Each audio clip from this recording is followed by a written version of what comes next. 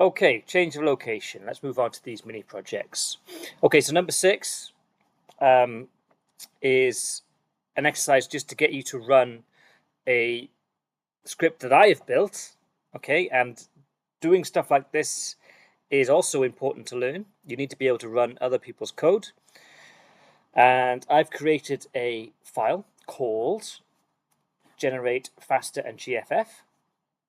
And again, for more information on what a faster file and GFF looks like, go and read that faster and GFF file formats primer.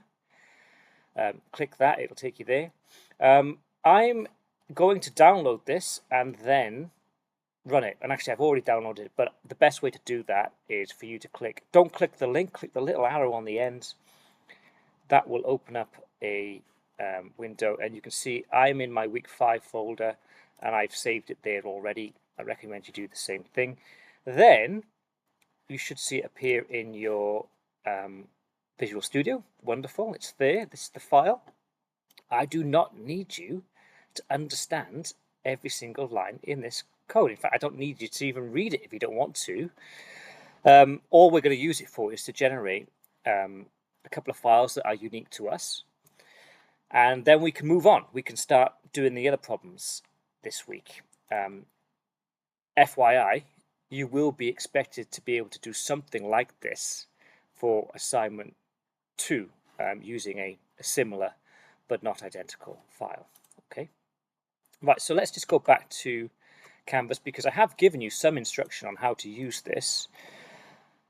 Now, so far, we've been used to running our script files by clicking the play button. However, you'll see if I do that on this file, let it think, I'll get an error.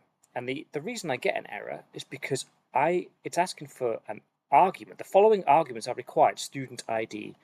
What does that mean? Okay, so while the play button's nice, traditionally, I say traditionally, I mean the old school way of running code is by using a command line. Okay, so if I wanted to run this script using my command line, using a command line argument, I would have to write Python and the file name generate faster. Now I can shortcut that by typing the word gen and pressing the tab button, and it should find that for me.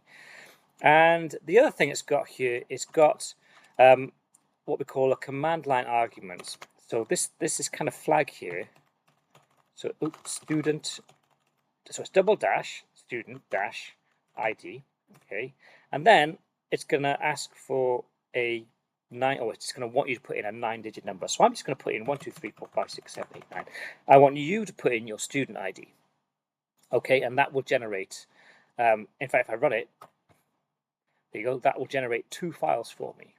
And both those files are called mystudentid.faster and mystudentid.gff. This is what the faster looks like. Okay, it's a it's a set of DNA sequences, and there's 8 of them in there. And the GFF is a bit more complicated.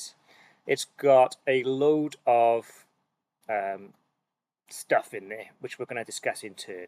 Okay, so that's question 6. You need to generate those 2 files in order to continue with this week's workshop.